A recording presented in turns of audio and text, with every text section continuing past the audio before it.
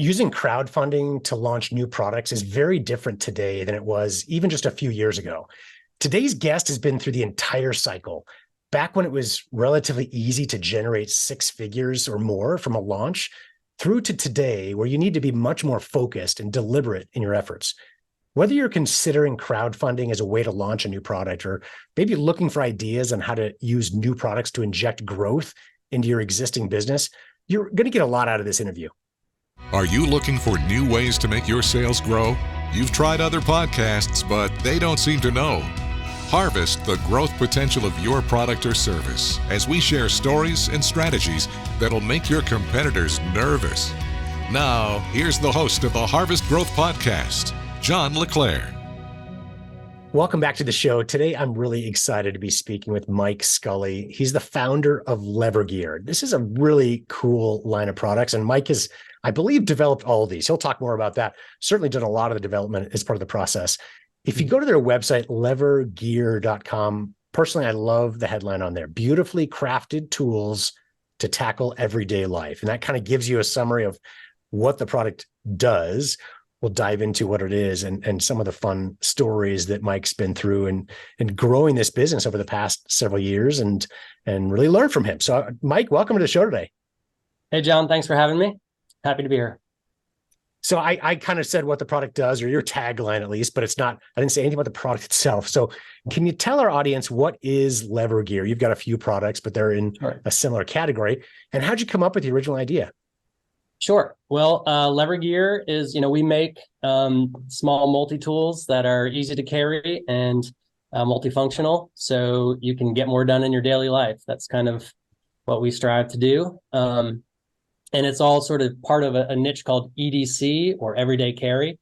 And that kind of refers to all of the items that you would take with you on a daily basis, either in your pockets or a wristwatch or in your bag. But the stuff you carry to kind of just go about your day and do the various tasks that you're doing. So it has sort of turned into its own niche, its own sort of creature where people who are interested in this, they'll take pictures of their gear and they'll sort of like lay it out on a table and just sort of get into what they're carrying, why they're carrying it. And so that was sort of that sort of became our niche and our market. And so finding some commonly used tools, putting them all on one really small product or device that fits in your product.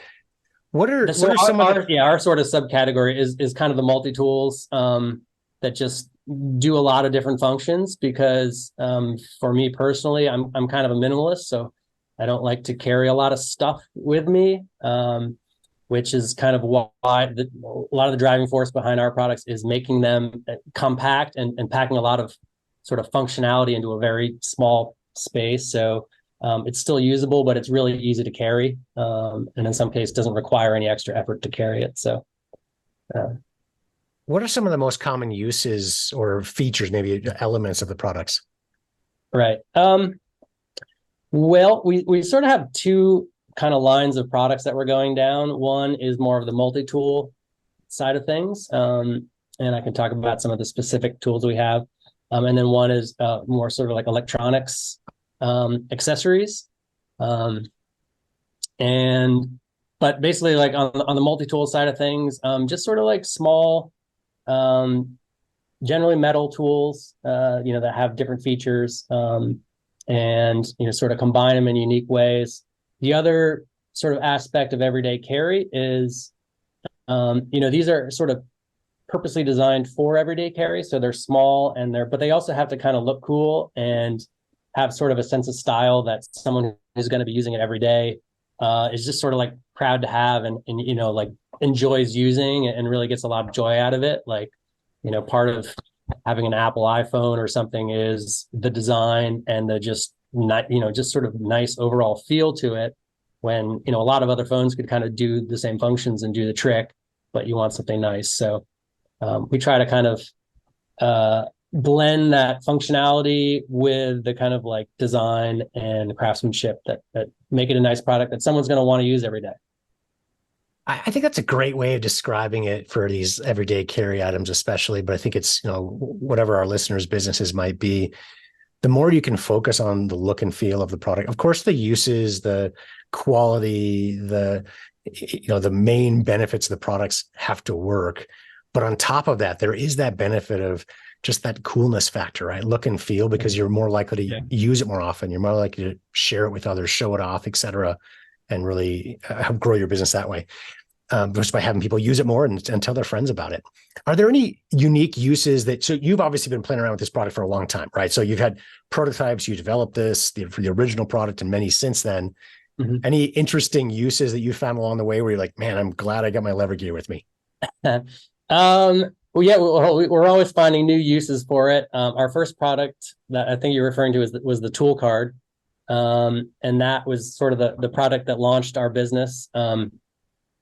Just for a little background, I'm sort of a mechanical engineer and an industrial designer by background. And so I had been kind of designing products as a consultant for other companies, but I always wanted to do my own little product. So, always thinking of ideas where I could sort of start a company around. And I had the idea for the tool card, and it was just sort of the perfect thing at the perfect time to just jump in and do, because it was simple enough that I could kind of design it and get it manufactured and sort of do that on my own.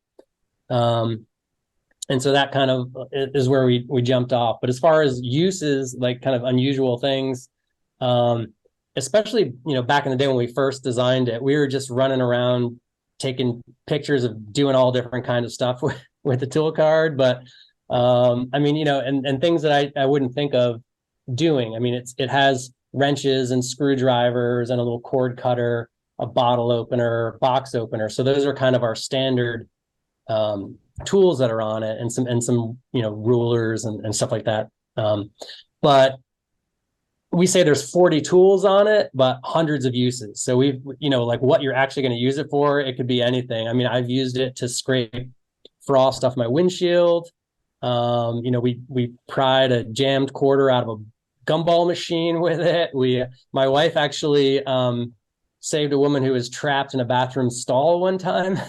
Wow. Using her tool cards. So it was kind of neat. Just, like our sort of thing when we first started the company, it was just like any little project would pop up and I got my tool card, I'm ready to go. So the uses are kind of like whatever you come across, our tools may be able to help you in some way. So. And you've managed to grow this, so not just from uses and a product, but into revenues, right? So this is, everyone's goal in growing a product-related business is how do we turn this into revenues? And the business has grown quite a bit. Next year you're set to hit $1 million in revenue, which is fantastic. And along the way, you've, I'm sure, had a lot of learnings we'll talk about. But let's go rewind a little bit to your original launch. How did you originally launch that first product? Sure. So yeah, that's kind of how our company launched. Is I had the idea, and this was in 2015 when I first kind of decided that we were gonna do this.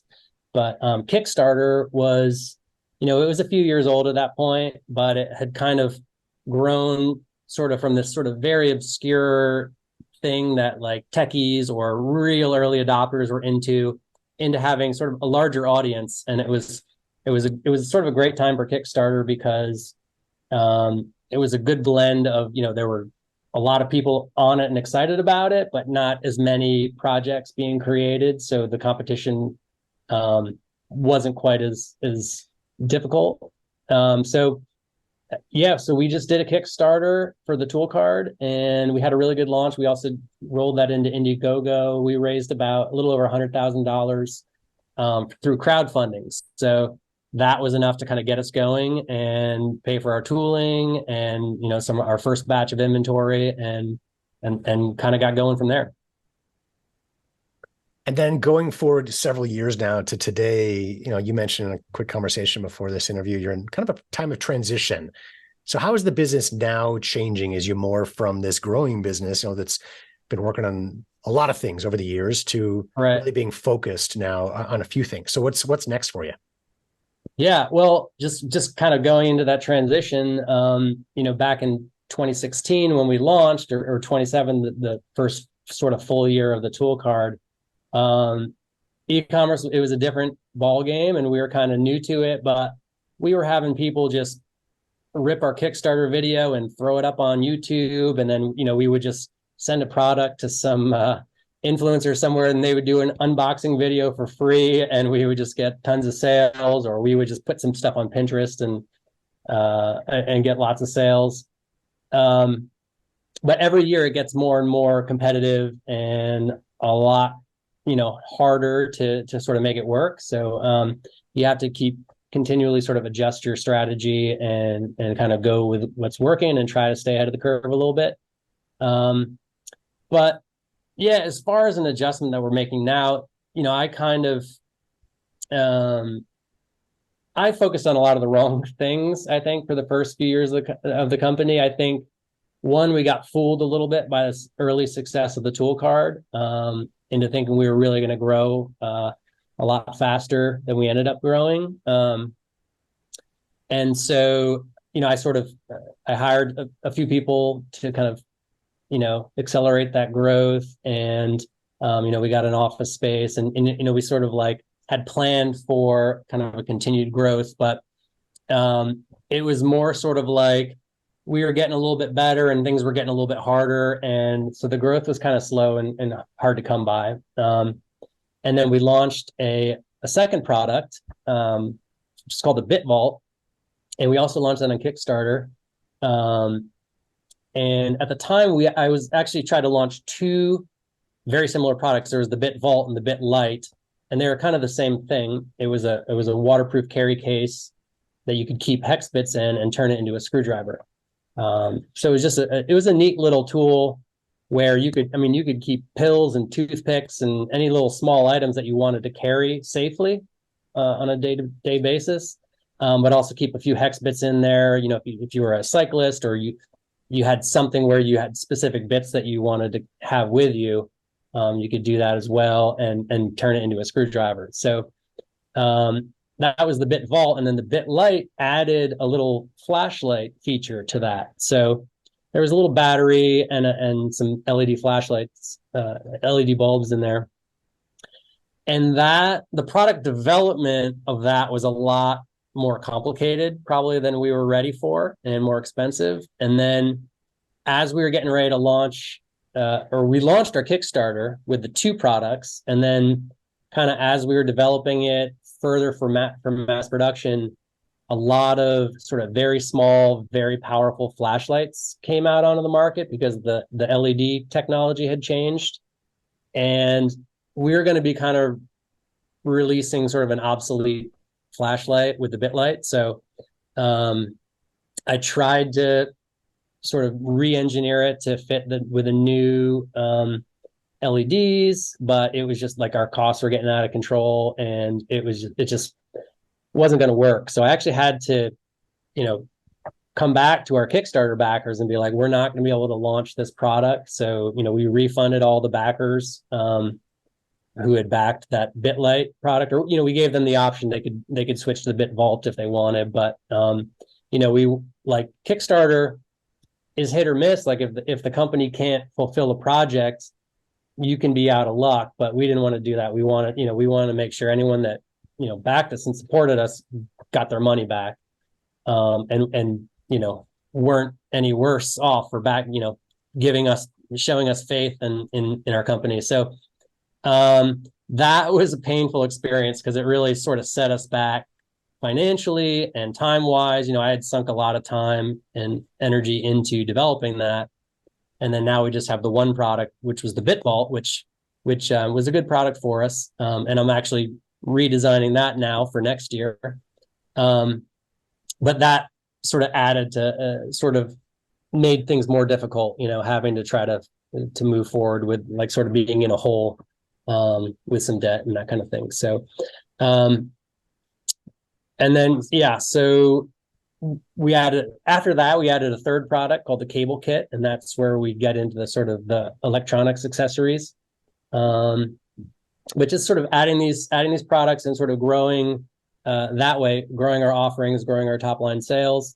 But at the same time, things were getting more expensive in terms of marketing and just sort of every aspect of the business each year was sort of getting more expensive and creeping up on us. And we started to have some manufacturing issues with the tool card, and costs were getting higher. So, I kind of made a decision at the beginning of the year, or that we really needed to just scale back a little bit and refocus on, what we're good at, which is coming up with cool new products. And then I needed to focus on marketing to let the world know about it. Those were sort of the marketing side of something where I have not spent enough attention over the last 5 years. And so I realized that's really the most important thing probably of running a business. So that's our renewed focus.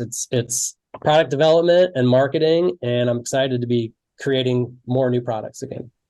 Well, that's exciting. And I think it's great advice, or a great example for businesses really at all levels, that renewed focus is necessary for us, right? So we may not realize it, we may not be thinking about it, but it's, I would encourage all of our listeners, what in your business could you simplify, could you reduce to help you really focus on what's driving your success? So Mike, as you mentioned, for you, that's new product development, that's sales and marketing. And those are elements for, frankly, a lot of our listeners. Probably we could always be doing more in the marketing space. And I think that is an area that is often forgotten or put aside, especially with inventors, right? So when you are so good at bringing out new products, developing on them, et cetera, it's a different animal to think about how to market that product, that business, et cetera.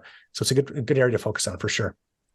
Yeah. And the marketing side, the sales side is, really that's where I should have been focusing, but I kind of was doing all kinds of stuff and, going down a lot of different paths. And, the more sort of things you try to focus on, the less of your time goes into what's really important. And for us, launching new products, like I said, and marketing, and they kind of go hand in hand, because, when we go through a product launch and we come out with something new, that's really boosts our marketing, because, we can then show something new to our audience and our customers, and also sort of the influencers in our space. And there's a lot of excitement around it. If influencers are just trying to pitch a product that's 5 years old and a lot of people have already seen it, it's not quite as exciting. So we want to get into a cycle and a rhythm where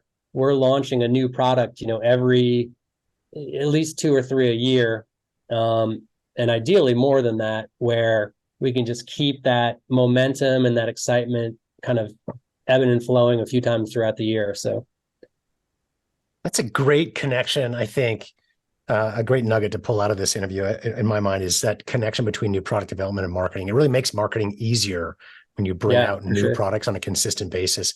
Like you said, it's more of a story for you to share with your existing audience, but also for influencers or others that you work with outside your business as well. That's a great yeah idea. And one thing we found, we did a new Kickstarter for our newest product over the summer, and we were marketing for the Kickstarter launch, and there's like an excitement around it. It's almost like get in on this new thing. It's if you're marketing and you're collecting an email to let them know when the launch is going to happen, there's less of a commitment on the person who's interested in the product, because it's more just like, oh yeah, let me know about the launch.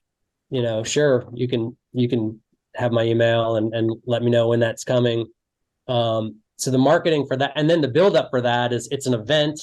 It's like, this is a special sale that you're only going to get once if you join this crowdfunding campaign. So there's a lot of elements of good marketing sort of baked into a product launch, which I think helps a lot as well.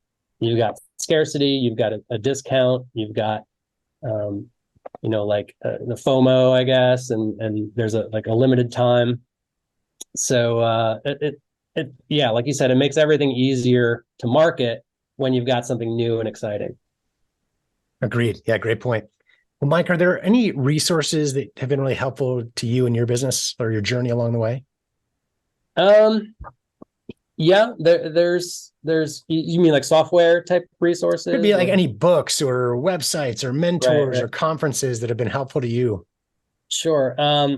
Just on the software side, we use WooCommerce and WordPress and WooCommerce, which is a little bit unusual. I think most people are probably on Shopify these days, but for a while I was struggling to try to find, the plugins and whatever to sort of make our store what I wanted it to be, with sort of more automated funnels and sort of upsells and cross sells and order bumps and that kind of stuff. So we found a software called, it was called WooFunnels, but I think they changed the name to FunnelKit, which basically, it's a nice plugin that lets you turn a WooCommerce store into more of a store with funnels and more kind of upsells, downsells, all that optionality, and some better shopping carts and that kind of stuff, and then tie it in with your email marketing. So for us on WooCommerce, that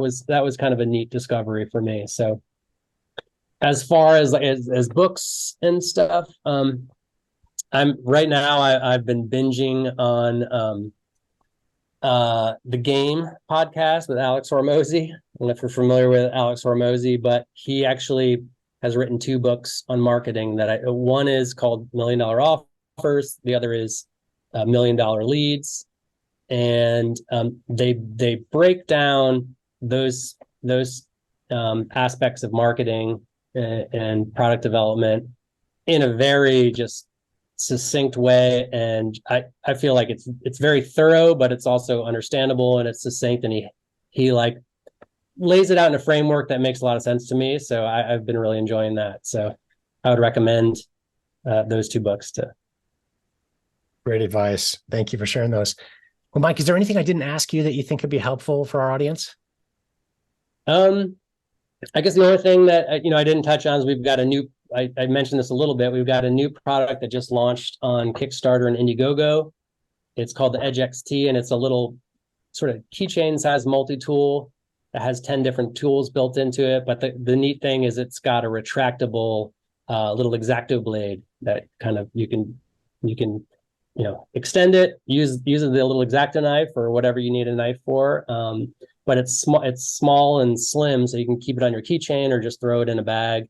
And it's just real easy to carry. And so I'm very excited about that new product. And we actually our inventory just shipped.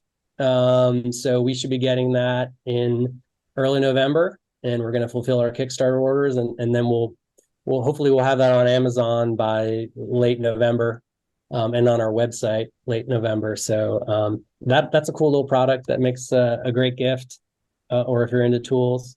And then, since your audience is kind of focused on business and a lot of entrepreneurs, if anyone's looking for corporate gifts for their employees or good customers for the holidays, we've got some neat little products that they might want to check out. So just at levergear.com.